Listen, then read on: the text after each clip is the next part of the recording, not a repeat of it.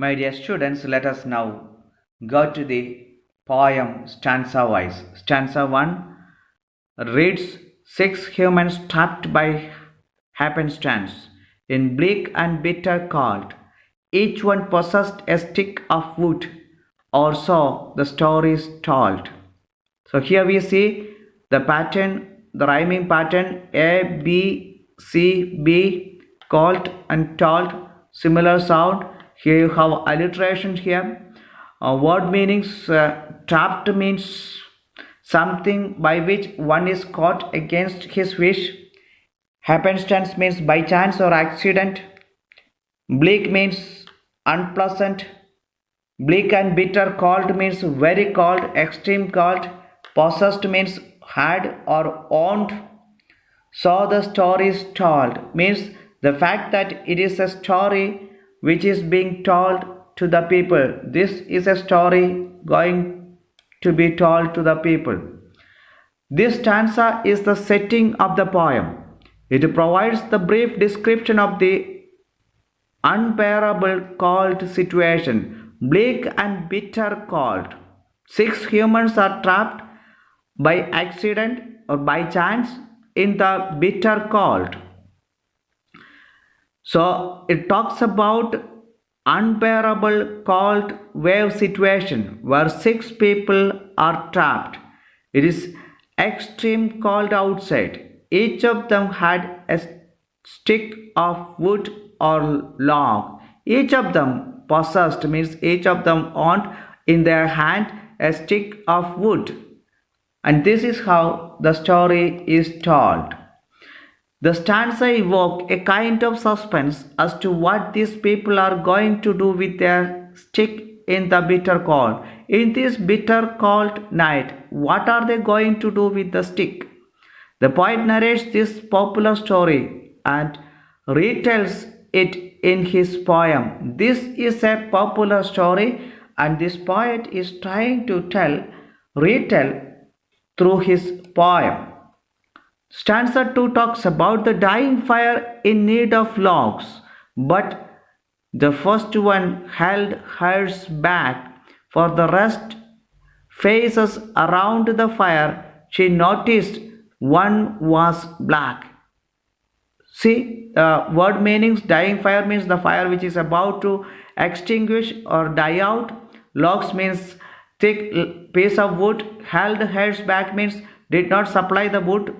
Black means the black person with a dark skin, African Americans here. What does this stanza tell us? This stanza is telling us that six people are gathered around the fire to keep themselves safe and warm from cold fire, cold wave. There is a dying fire and it requires logs.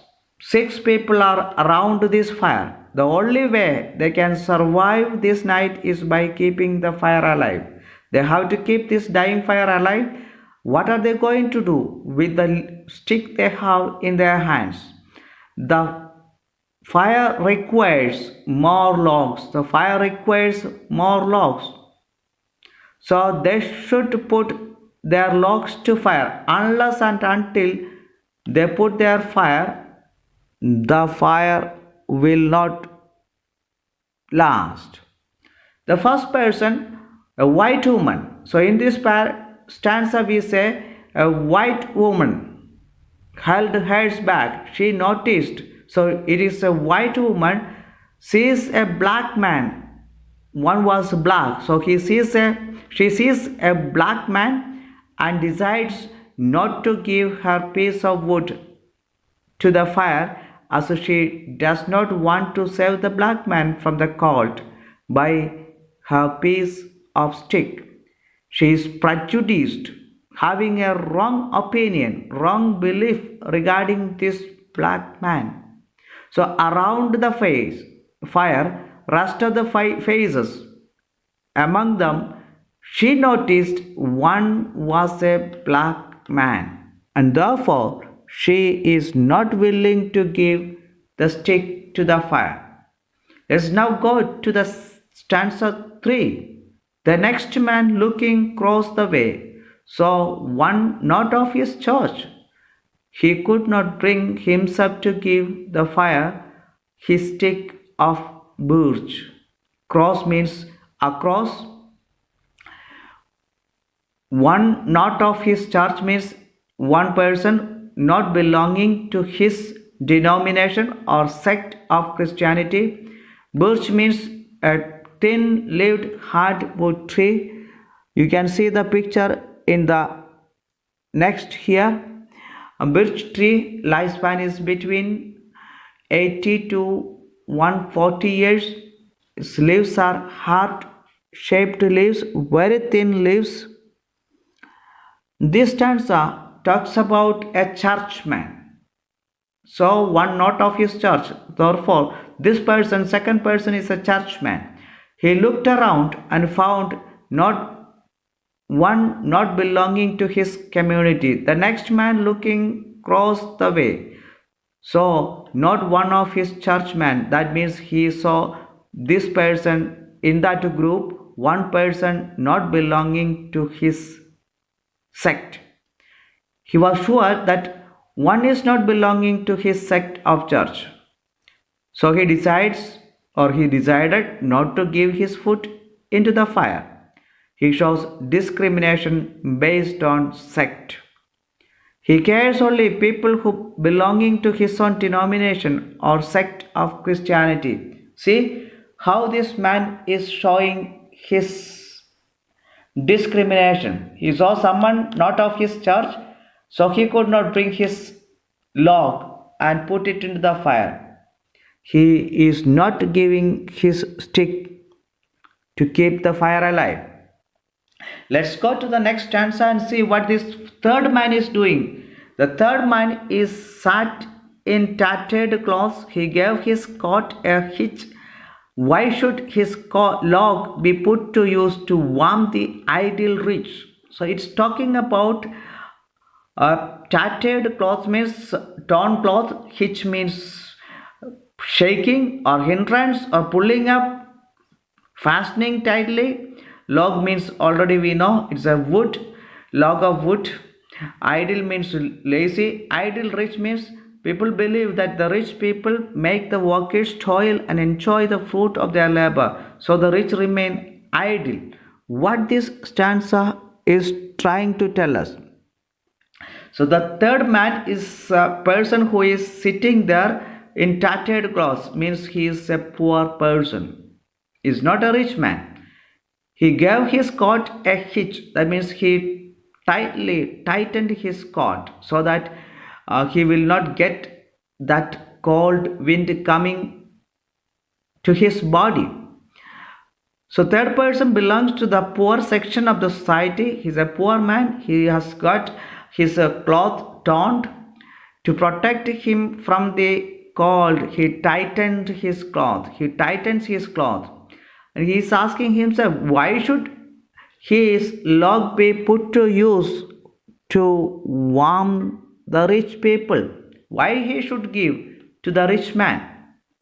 He has his biases, wrong ideas and prejudices against the rich man. He thinks that rich people are not active people. He is being poor thinks that the rich people are lazy.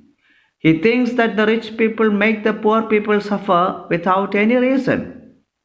This poor man thinks that the rich people live at the cost of the poor.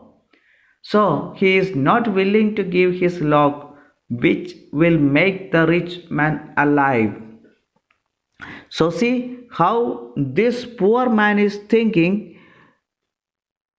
and he is not willing to give his log to the fire. Let's see what this next man, the rich man, is thinking. In stanza 5, we have this rich man talking about, which says the rich man just sat and thought of the wealth he had in store and how to keep what he had earned from the lazy, shiftless poor. In store means in the barns, in his possession. Shiftless poor means lacking ambition and energy, work shy. So, what this rich man is thinking? What is the mindset of this rich man? He sat and thought of the wealth he had in store. He thinks of all the money and the wealth he has got in his barns, in his possession, in his storeroom. He thinks how to keep it safe, how to keep them safe. That is his main worry. Whatever money he has earned, how to keep that money without getting spoiled. That is his basic thought. He thinks that he has earned the money through his sheer hard work. He says or he thinks that he has earned it. That means he has worked very, very hard and gained it. Now, why he should give this one to the poor? He thinks how he can keep it away from the poor man. He thinks that the poor man looks out to have the rich man's share. He thinks that the poor man is lazy and he lives in poverty. Therefore, the rich man feels that he should not use his resources for the sake of the poor. See, this rich man thinks that poor man is lazy. He is lazy. That is why he is not becoming rich. And that is why he is living in poverty. Therefore, why should I give to this lazy man? That is what this rich man is thinking. And he considers him, the poor man, as lazy as well as shiftless. And then coming to the next stanza, we see another person. We already saw the black woman. Here we see the black man's face bespoke revenge, as the fire possessed from his sight, for all he saw in his stick of wood was a chance to spite the white. Bespoke means showed signs, told or represented. Revenge means to inflict injury in return. Spite means a desire to harm another person, especially because you feel that you have been treated wrongly, to think ill of someone. So here we see the black man. What is he speaking? What did he say? He is thinking about revenge. For from the face of the black man's face, it is clear that he wants to take revenge against the white woman. He wants to take now revenge against the woman. For many centuries, the black suffered injustice. You see, for a long time, this black people was suffering from various injustice let out by the white people. They worked like slaves. The black worked like slaves without any remuneration or privileges.